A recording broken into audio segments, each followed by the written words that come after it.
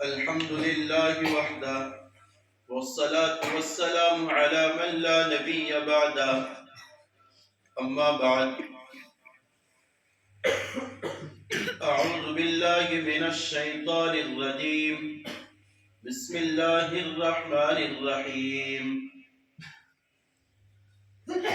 إنا نحن نزلنا الذكر وإنا له لحافظون صدق الله العلي العظيم اللهم صل على سيدنا ومولانا محمد في أول كلامنا وصل على محمد في أوسط كلامنا وصل على محمد في آخر كلامنا. میرے محترم سامعین با تمکین، اس مدرسے کے موقر اساتذہ حضرت محتمم صاحب، عزیز طلبہ، اللہ تعالیٰ نے جس مجلس میں ہمیں جمع فرمایا ہے اسے ختم قرآن کی مجلس کہتے ہیں. دو لفظ ہوتے، ایک تو تکمیل قرآن اور ایک حفظ ختم قرآن. اگر کوئی بچہ حافظ بنے تو یہ بھی کہہ سکتے تکمیل حفظ قرآن کی مجلس ہے، اور یہ بھی کہہ سکتے ہیں ختم حفظ قرآن کی مجلس ہے. دونوں ناموں کے ساتھ اس مجلس کو یاد کر سکتے ہیں، دونوں نام دے سکتے ہیں. اور بزرگوں دوستوں، میں خصوصاً جو آیا ختم قرآن کی نسبت پر آیا، ورنہ آپ سے کہے تو آج ہمارے مسجد میں مجلس ہوتی ہے درود پاک کی بعد نماز سے عشاء. حضرت مفتی اسماعیل صاحب کچولوی دامت برکاتہم عالیہ جو میرے شیخ ہیں، ان کی سرپرستی کے اندر، لیکن وہ میں نے اس سے کسی اور کے حوالے کر دیا، اس مجلس میں آیا چونکہ اس کے ساتھ نسبتیں اونچی ہیں. حضرت انس بن مالک رضی اللہ تعالی عنہ کا معمول تھا جب قرآن ختم کرتے تو اپنے اہل و عیال، بیوی بچوں کو بلاتے اور رشتہ داروں کو جمع کر کے کہتے ختم قرآن کے موقع پر دعا مانگا کرو، اللہ دعا رد نہیں کرتا ہے، دعا قبول کرتا ہے. اس لیے نبی اکرم صلی اللہ علیہ وسلم نے حدیث میں بیان کیا ہے، من ختم القرآن فلہ دعوت مستجابہ، جو قرآن حفظ مکمل کرے یا ناصرہ مکمل کرے، قرآن کے مکمل کرنے کے بعد اس کی دعا اللہ تعالیٰ ضرور قبول فرماتے ہیں. میں نے دونوں کہا، ایک حفظ قرآن مکمل ہوتا ہے تب بھی دعا قبول ہوتی ہے، اور جب ناصرہ قرآن پڑھنے والا مکمل کرتا ہے تب بھی اللہ تعالیٰ دعا قبول فرماتے ہیں. ایک عجیب روایت آپ کو سناؤں. نبی اکرم صلی اللہ علیہ وسلم نے فرمایا، جو دعا حفظ قرآن کے مکمل ہونے کے وقت کی جاتی ہے اس دعا پر 4000 فرشتے آمین کہتے ہیں. اور آپ نے فرمایا اگر کوئی بچہ رات میں حفظ قرآن کو مکمل کرے تو صبح تک، اور کوئی صبح مکمل کرے تو شام تک اللہ کے فرشتے اس پر رحمتیں نازل فرماتے ہیں. عجیب ہمارے علماء کا معمول تھا، ثواب کے حریص تھے، رحمتوں کے لوٹنے والے تھے. جس زمانے میں دن چھوٹا ہوتا تھا اس وقت رات میں قرآن ختم کرتے تاکہ فرشتوں کی رحمت اترنے کے لیے وقت زیادہ ملے. اور جس زمانے میں دن لمبا ہوتا تھا اس زمانے میں صبح قرآن ختم کرتے تھے تاکہ رحمت کی اترنے کے لیے موقع زیادہ نصیب ہو۔ حضرت سفیان ثوری رحمۃ اللہ علیہ کا عجیب ملفوظ آپ کو سناؤں۔ حضرت فرماتے ہیں جو بچہ قرآن حفظ مکمل کرتا ہے فرشتہ اس کے پیشانی کو بوسہ دیتا ہے۔ ہاں، یہ مبارک حفاظ ہے جن کے پیشانی کو فرشتے بوسے دیتے ہیں۔ اس مجلس کی یہ اونچی نسبتیں ہیں۔ مجاہد رحمت اللہ علیہ کا قول ہے جو حضرت ابن عمر کے شاگرد ہیں، جس مجلس میں قرآن کی تکمیل ہوتی ہے تنزل علیہ الرحمہ، اس مجلس پر اللہ کی خاص رحمتیں اترتی ہیں۔ اس لیے ایک نسبت تو ہمیں یہ مجلس کے ساتھ یہ ہے، ہم ختم قرآن کی مجلس میں۔ دوسری بات، آپ سے چند گزارشات، معروضات، ہدایت عرض کرنا ہے۔ بیانات تو ہم سنتے ہیں۔ سب سے پہلی بات میں حفاظ سے کروں گا، ان کے واسطے سے دیگر طلبہ عصام سے میں اپنی گفتگو کروں گا۔ حفظ قرآن نعمت بھی ہے، امانت بھی ہے۔ حفظ قرآن نعمت بھی ہے، امانت بھی ہے۔ نعمت اس وجہ سے ہے، نبی اکرم صلی اللہ علیہ وسلم نے فرمایا جس نے قرآن اپنے سینے میں محفوظ کر لیا گویا کہ اس نے علوم نبوت کو اپنے سینے میں محفوظ کر لیا ہے، گرچہ اس کی طرف وحی نہیں کی جاتی۔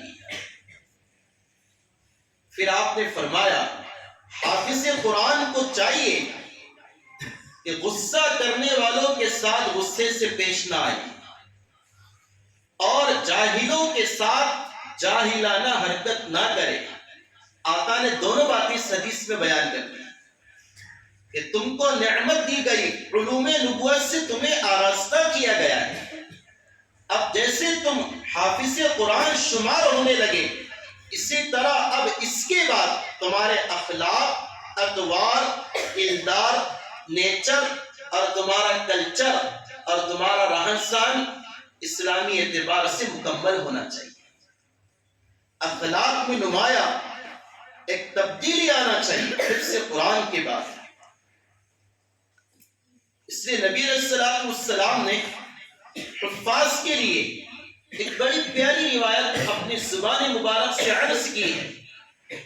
جب یہ حافظ قرآن قیامت میں دربار الہی میں حاضر ہوں گا، قرآن آئے گا، اللہ سے عرض کرے گا یا اللہ اس کا اکرام کیجئے۔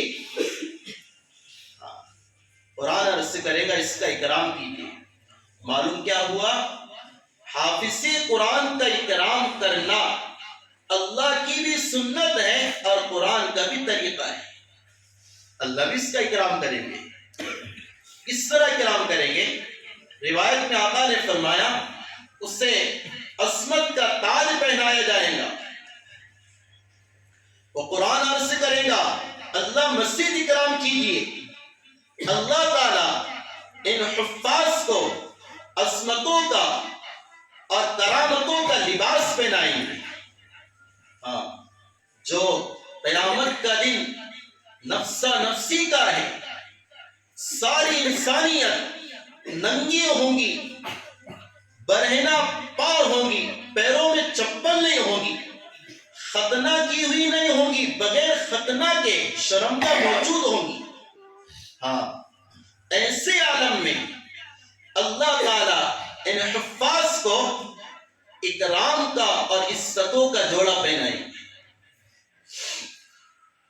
پھر قرآن کہے گا اللہ اور اکرام کرو، اللہ اور اکرام کرو۔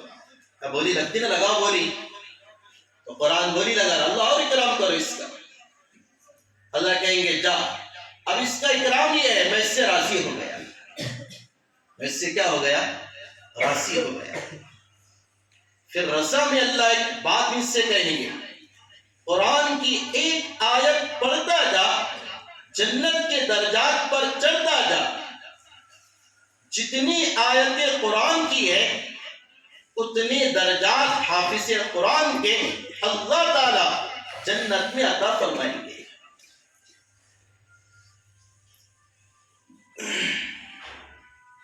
اس لیے میرے عزیز و بزرگوں، بڑی نعمت سے اللہ نے آپ کو نوازا ہے۔ نبی اکرم صلی اللہ علیہ وسلم نے فرمایا، حافظ قرآن اللہ کا ولی ہوتا ہے۔ اہل القرآن اہل اللہ، جتنے بھی قرآن والے ہیں اللہ کے ولی ہیں۔ اور آپ نے فرمایا، جس نے حافظ قرآن کا اکرام کیا اس نے میرا اکرام کیا، اور جس نے حافظ قرآن کی توہین کی، بے عزتی کی اور اس کی نافرمانی کی، وہ ایسا ہے جیسے اللہ کی نافرمانی کی۔ بڑا درجہ بڑھ گیا چونکہ سینے میں قرآن آ گیا۔ وہ قرآن جو اس امت کے لیے معجزہ ہے، نبی علیہ السلام کا، آپ قبر میں ہیں، معجزہ اوپر زندہ ہے، آپ قبر میں زندہ ہے، معجزہ اوپر زندہ ہے۔ ہمارا عقیدہ ہے نبی علیہ السلام قبر اطہر میں بنفس نفیس اپنی بابرکت جسم مبارک کے ساتھ، بابرکت روح مبارک کے ساتھ قبر میں موجود ہے۔ تو اسی طرح قرآن بعینی اس امت کے اندر اللہ نے موجود رکھا ہے۔ پچھلی امتوں میں جو تورات انجیل زبور ہوا کرتی تھی وہ حفظ یاد نہیں ہوا کرتی تھی سوائے انبیاء علیہ السلام کے۔ ہاں، ایک مسئلہ یاد رکھے، جو اگلی کتابیں ہیں، تورات ہے، انجیل ہے، زبور ہے، اس کے حافظ صرف اور صرف کون ہوا کرتے تھے؟ انبیاء علیہ السلام۔ موسیٰ علیہ السلام کے دور کے 4 انبیاء، حضرت موسیٰ علیہ السلام، حضرت ہارون علیہ السلام، حضرت یوشع علیہ السلام، حضرت عزیر علیہ السلام تورات کے حافظ تھے۔ اسی طرح عیسیٰ علیہ السلام انجیل کے حافظ تھے، داؤد علیہ السلام زبور کے حافظ تھے۔ انبیاء ہی حافظ تھے، ان کی قومیں حافظ نہیں ہوا کرتی، یاد ہی نہیں ہوتی تھی۔ اور اس امت کا یہ بڑا اللہ نے مرتبہ بڑھایا، اس کا بچہ بھی حافظ قرآن ہوتا ہے۔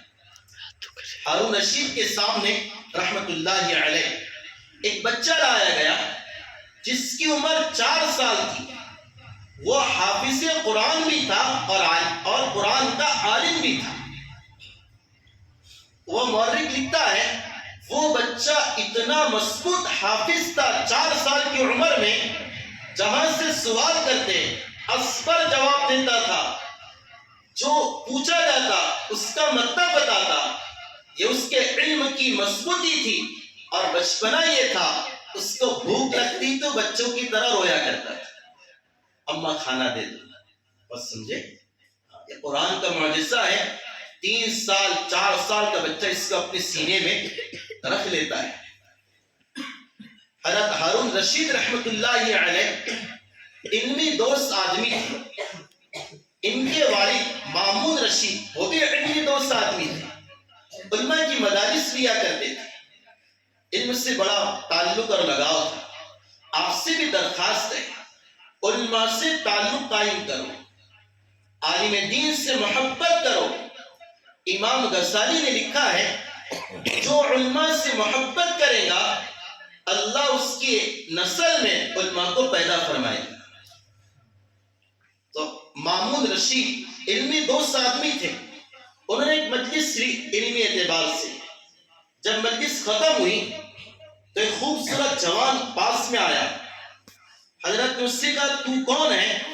وہ کہنے لگا میں یہودی ہوں لیکن قرآن و حدیث کا ماہر ہوں۔ وہ بھی مناظرے میں اور مجلس میں حاضر ہوا تھا۔ حضرت مامون رشید نے دعوت دی اسلام کی، کہا کہ میں اسلام نہیں لا سکتا، اپنے باپ دادا کے دین کو چھوڑ نہیں سکتا، وہ چلا گیا. دوسرے سال علماء کی اور انہوں نے دعوت کی مجلس رکھی. وہ جوان آیا، اس حال میں اس نے اسلام قبول کر لیا تھا. ہارون رشید نے کہا حضرت میں نے گزشتہ سال آپ کے سامنے اسلام لانے کا تقاضا رکھا تھا، آپ نے انکار کر دیا تھا، اور اسلام کیوں لے آئے؟ کہا کہ دراصل ہوا یہ، جب میں یہاں سے گیا تو میں نے یہ سوچا کہ مذاہب پر ریسرچ کروں کون سا مذہب حق ہے. تو میں چونکہ خط نویسی اچھی طرح جانتا تھا، رائٹر تھا، میری رائٹنگ عمدہ تھی، میں نے سب سے پہلے تورات کے 3 نسخے اپنے ہاتھوں سے لکھے اور یہودیوں کے پاس اس کو دیا. لیکن جب میں نے اس کو لکھنا شروع کیا تھا، یہ ارادہ کیا تھا تورات کو غلط لکھنا ہے، پہلا صفحہ بعد میں، بعد کا صفحہ پہلے، اور کچھ حذف کر دینا ہے، کچھ چھوڑ دینا ہے. تو میں نے کمی سادگی کے ساتھ اچھے انداز میں اس کو لکھا اور یہودیوں کے پاس گیا، ان کو ہدیتاً پیش کیا، انہوں نے قبول کر لیا. اسی طرح انجیل کے 3 نسخے لکھ کر عیسائیوں کے پاس گیا، ان کو پیش کیا، انہوں نے لے لیا.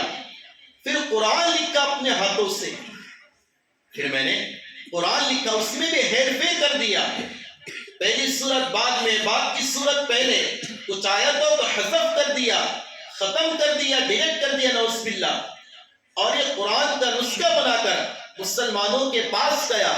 اتفاق سے میری ملاقات چند بچوں سے ہو گئی، ان کے سامنے میں نے قرآن کا نسخہ رکھا کہ بیٹا آپ کے لیے ہدیہ. اس بچے نے قرآن کھولا اور اسے دیکھا تو اسے نظر آیا اس میں غلطی ہے، یہ میرے سینے کا حافظہ اور قرآن کی سورتوں کی ترتیب مناسب نہیں لگ رہی، مجھے غلط نظر آ رہی. بچے نے مجھے قرآن واپس کر دیا، چچا جان یہ غلط کتاب ہے. میں سمجھ گیا جس مذہب میں قرآن کی حفاظت کے لیے اللہ نے ننھے منھے بچوں کو قبول کیا ہے، اس مذہب کا جوان اور اس کا بوڑھا اور اس کے مرد کی کیا شان ہوگی. اس پر میں نے اسلام لے آیا. میرا عزیز و بزرگ و دوست، قرآن کا معجزہ ہے، قرآن کی فصاحت ہے. اس لیے میں اس سے کہہ رہا، قرآن آپ کے پاس نعمت ہے، قرآن کی دولت سے اللہ نے آپ کو نوازا ہے، اس پر خوب اظہار کریں. میں نے ایک روایت ایک جگہ نقل کیا ہے، ہمارے نبی نے فرمایا اللہ کسی کو علم دین دے اور قرآن عطا کرے، حافظ بنا دے، اور پھر وہ حافظ قرآن یا عالم دین کسی مالدار کو دیکھ کر یہ کہیں یار اس کو کتنی بڑی دولت اللہ نے دی، مجھے تو کچھ نہیں دیا ہے. ایسے الفاظ بولنے والا وہ ہے جس نے اللہ کی نافرمانی کی، اور اللہ کی جو نعمت اس کو عطا کی گئی تھی اس کی حقارت اس کے دل میں آ گئی. حفظ قرآن سے بڑھ کر کوئی دولت نہیں. شاہ حکیم اختر رحمت اللہ علیہ فرمایا کرتے تھے وہ سینہ اللہ سے، اللہ کے نبی سے بڑا قریب ہے جس سینے کے اندر قرآن موجود ہو. اس لیے میرے بچوں، اللہ نے آپ کو نعمت دی. دوسری چیز، پہلو اس کا امانت کا ہے، یہ امانت ہے آپ کے پاس. امانت اس اعتبار سے ہے چونکہ اللہ آپ سے سوال کرے گا، سوال جس کا ہوتا ہے وہ امانت ہوتی ہے. عجیب بات آپ کو سناؤ، ایک روایت ہے نبی اکرم صلی اللہ علیہ وسلم نے فرمایا جب میں معراج میں گیا میرے سامنے امت کے نیکیاں پیش کی گئی، کون سا عمل نیک ہے، تو سارے نیک اعمال کے اجر و ثواب مجھے دکھائے گئے. میں نے دیکھا وہ ثواب بھی مجھے بتایا گیا. کوئی آدمی مسجد سے تنکا لے کر باہر ڈالتا ہے، اللہ اس پر بھی ثواب عطا فرماتا ہے، اس ثواب بھی مجھے بتایا گیا. اسی حدیث کا دوسرا ٹکڑا ہے، مجھے امت کے گناہ بتائے گئے. میں نے کوئی گناہ اس سے بڑا نہیں دیکھا کہ کسی کو قرآن کی دولت اللہ نے عطا کی ہو اور وہ قرآن بھول گیا ہو. اس سے بڑا کوئی گناہ میں نے نہیں دیکھا ہے. نبی اکرم صلی اللہ علیہ وسلم نے فرمایا سب سے برا جملہ کون سا ہے جو زبان سے نکلتا ہے؟ ہمارے فرمایا سب سے برا جملہ وہ ہے جس کو کوئی نکالے اور یہ کہے میں قرآن کی فلاں سورت یا فلاں آیت بھول گیا. یہ سب سے برا جملہ ہے. آقا نے فرمایا وہ بھولا نہیں، اسے بھلا دیا گیا. علماء کہتے بھلا دیا اس وجہ سے گیا کیونکہ حفاظت نہیں کیا، حفظ قرآن کا حق ادا نہیں کیا، ناصر قرآن کا حق ادا نہیں کیا. ایک اور روایت مشہور ہے، نبی اکرم صلی اللہ علیہ وسلم نے فرمایا اللہ کسی کو قرآن کی دولت سے نوازے اور پھر وہ قرآن کو بھول جائے، اللہ کے سامنے اس طرح حاضر ہوگا کہ اس کا ایک پہلو اور ایک جانب کوڑ کی بیماری کی وجہ سے لٹکا ہوا ہوگا، اس طرح حاضر ہوگا. اور عزیزو محدثین کہتے ہیں یہ وعید صرف حفظ قرآن کے لیے نہیں ہے، ناصرہ پڑھنے والوں کے لیے بھی ہے. ہاں، ناصرہ پڑھنے والوں کے لیے بھی یہ وعیدیں ہے. ہم نے بچپن میں قرآن پڑھا تھا اور اب بھول گئے، تو یہ وعید میں یہ حسرات بھی آ سکتے ہیں کہ قرآن کو اتنی لمبی گیپ ہو گئی تلاوت کرنے سے کہ اب ناصرہ بھی نہیں پڑھ سکتا ہے، بھول گیا میں. سب سے برا جملہ ہے. اس لیے قرآن کی حفاظت کرنا، ہمارے نبی نے فرمایا قسم اس ذات کی جس کے قبضے میں میری جان ہے، سب سے زیادہ جو نکلنے والی چیز ہے وہ حفظ قرآن ہے جو سینوں سے نکل جاتا ہے. جیسا کہ اونٹ نکیل میں تھا، اس کی نکیل چھڑا دو اور نکیل نکال دو، وہ جیسے بھاگ جاتا ہے جانور، اسی طرح قرآن کی حفاظت نہیں کی گئی، یہ قرآن اسی طرح بھاگ جائے گا. ایک سال آدھا حافظ اور دوسرے سال خدا حافظ، یہ مسئلہ ہو جائے گا.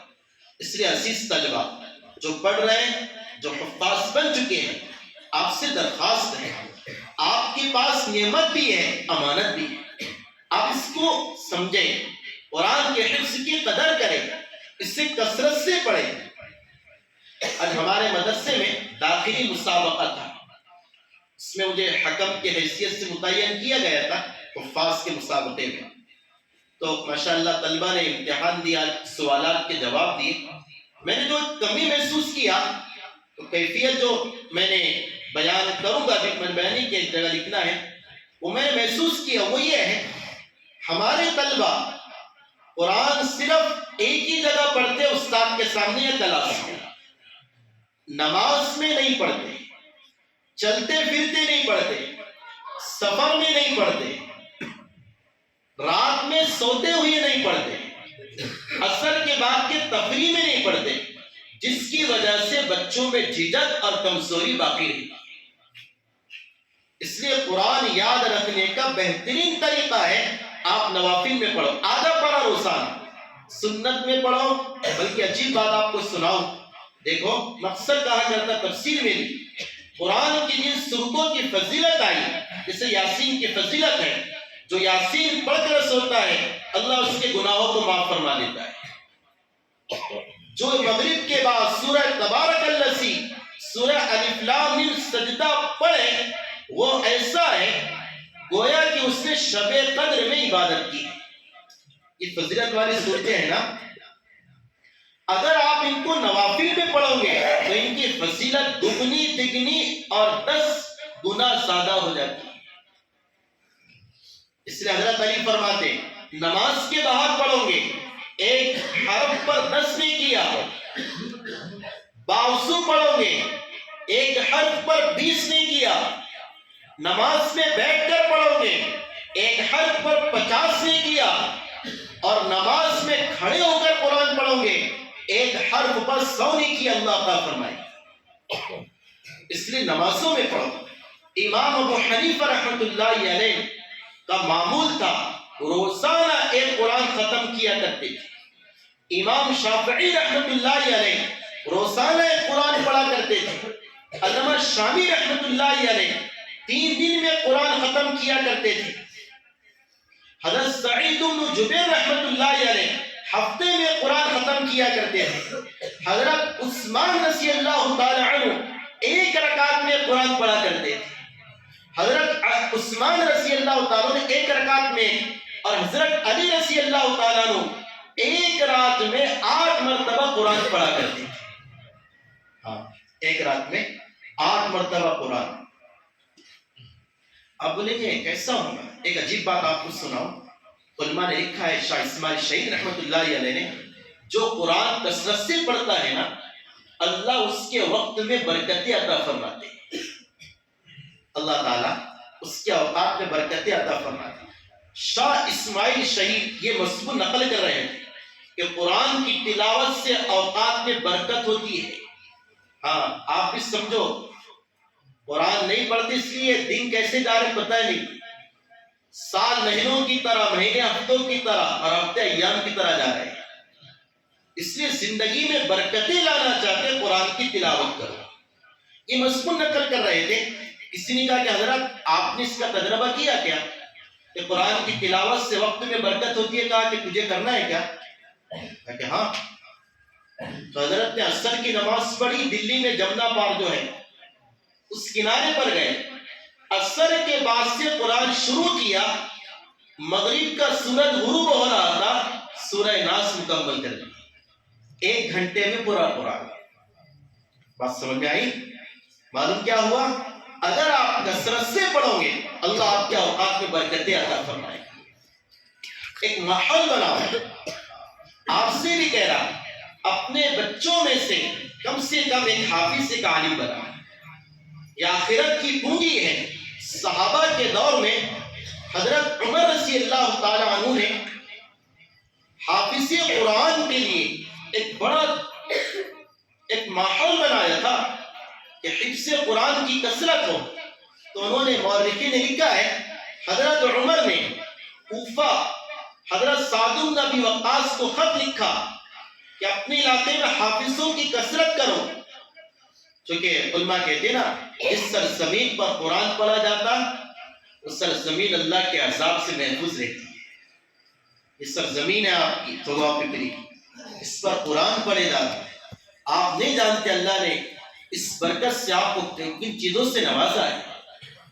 علماء نے لکھا ہے 3 چیزوں سے برکتیں آتی ہیں. ایک حفظ قرآن سے، یعنی تلاوت قرآن سے، کسی بیمار کے گھر میں ہونے سے، اور تیسرا اہل اللہ کی صحبت میں بیٹھنے سے. تو حضرت عمر نے خط لکھا کہ حفاظ کی کثرت کرو. کوفہ کے اندر 1 سال میں ریکارڈ آیا کہ ہم نے 1 سال میں حفظ قرآن کا ماحول بنایا. اور کن کو حافظ بنایا؟ ان ساتھیوں کو جو اللہ کے راستے میں جہاد میں جاتے. ان سے یہ کہا آپ مہم کے دوران میدان جنگ میں قرآن حفظ کرو. کیا حفظ کرو؟ ہاں، قرآن حفظ کرو. بچوں سے کہہ رہا ہوں، ہم تو سمجھتے صرف کلاس میں حفظ ہوں. سمجھے؟ یہ جو ڈاکٹر شورین جو ہے، ڈاکٹر سعود الشورین حرم کے امام ہیں، میں ان کے حالات پڑھ رہا تھا. ابھی تو شاید انہوں نے استعفیٰ دے دیا، ابھی نہیں ہے، لیکن بہت متقی آدمی ہے، بہت متقی آدمی ہے، ائمہ میں مستجاب الدعوات میں سے. ان کے حالات میں ایک بات یہ پڑھا ہے، آپ طلبہ سے کہہ رہے ہیں، اس سے غور سے سنو. وہ کہتے ہیں میں نے قرآن جو حفظ کیا اس کی مختلف داستہ ہے. میں نے سورہ بقرہ قرآن کی جو یاد کیا، کہاں پر یاد کیا؟ ٹرافک کے سگنل میں. کہاں پر یاد کیا؟ ٹرافک کے سگنل میں.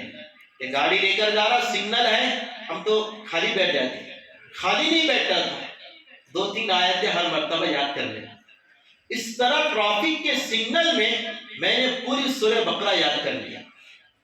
حضرت عمر رضی اللہ تعالیٰ عنہ کہ فوجیوں کو سکھاؤ. حضرت سعد بن ابی وقاص سے سکھایا. فہرست آئی، 1 سال میں 300 فوجی حافظ بن چکے. یہ کارگزاری بصرہ گئی. کہاں گئی؟ بصرہ میں ابو موسیٰ اشعری کے حاکم حضرت عمر کی طرف سے.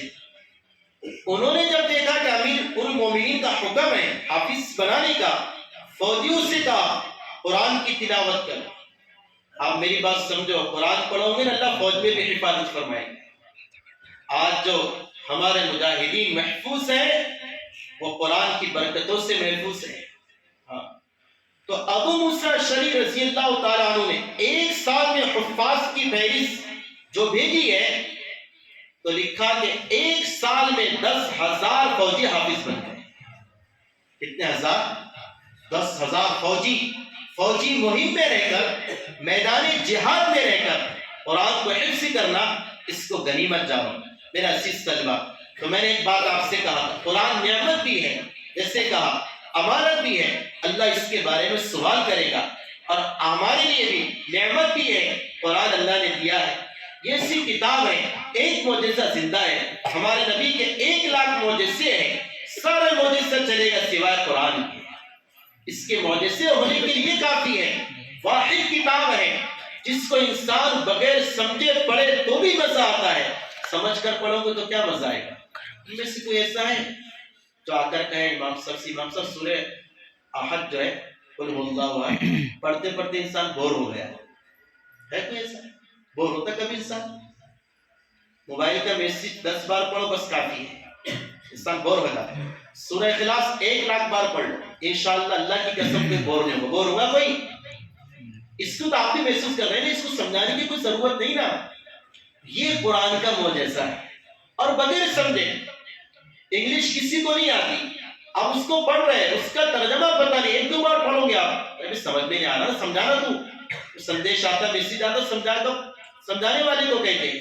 لیکن قرآن کی صورتیں بغیر ترجمہ کے پڑھ رہے، پھر بھی کیا آ رہا ہے؟ مزہ آ رہا ہے. یہ قرآن کا کیا ہے؟ معجزہ ہے. اس وجہ سے آپ سے میری درخواست ہے کہ آپ حضرات کے قرآن کو لازم کریں، روزانہ تلاوت کا معمول بنائیں، اپنے خاندان کے ایک بچے کو حافظ قرآن بنائیں، اور اپنے مسجدوں میں قرآن کے حلقے قائم کریں. صرف قرآن بچوں کے لیے نہیں، بڑوں کے لیے. یہ پوچھو گی، سوال ہوگا کہ اللہ کے اس کلام کا کیا حق ادا کیا، اللہ سوال کریں گے. اس وجہ سے میرے عزیز و بزرگ و دوستو، 2 باتیں آپ سے کہا. ایک آخری بات یہ کہوں گا، جیسے قاری صاحب نے بھی کہا، حافظ قرآن کا اکرام، ان پر خرچ بھی کیا کرو. سمجھے؟ مولانا کلیم صدیقی دامت برکات عالیہ اپنی زندگی کے واقعے نقل کرتے ہیں کہ ان کے خاندان میں حفاظ بہت ہیں. حضرت نے فرمایا وجہ کیا ہے؟ میں جس بھی حافظ قرآن کو دیکھتا ہوں محبت کی نگاہ سے دیکھتا ہوں. تیری نگاہ محبت نے تیرے خاندان کو سوار دیا ہے. اس کے اکرام ان پر لٹانا، لوگ تو گناہوں میں لگا رہے، کھلے دل سے خرچ کرنا، ان کا اکرام کرنا، ان کے لیے دعا کرنا، ان کا اکرام، ادب.